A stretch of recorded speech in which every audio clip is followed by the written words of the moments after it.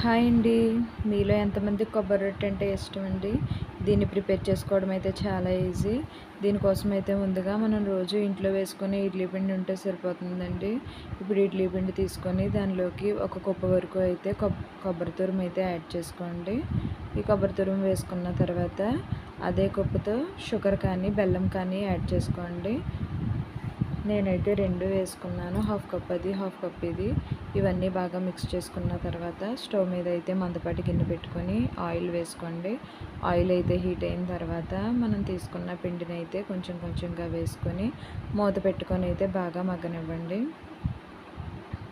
ఇది ఒక వైపు అయితే బాగా కాలిన తర్వాత రెండో వైపుకి అయితే టర్న్ చేసుకొని మూత పెట్టి రెండో వైపు కూడా బాగా మగ్గనివ్వండి. అంతేనండి, ఇది చేసుకోవడం చాలా ఈజీ. దీని టేస్ట్ అయితే చాలా బాగుంటుంది. మీరు కూడా తప్పకుండా ట్రై చేయండి.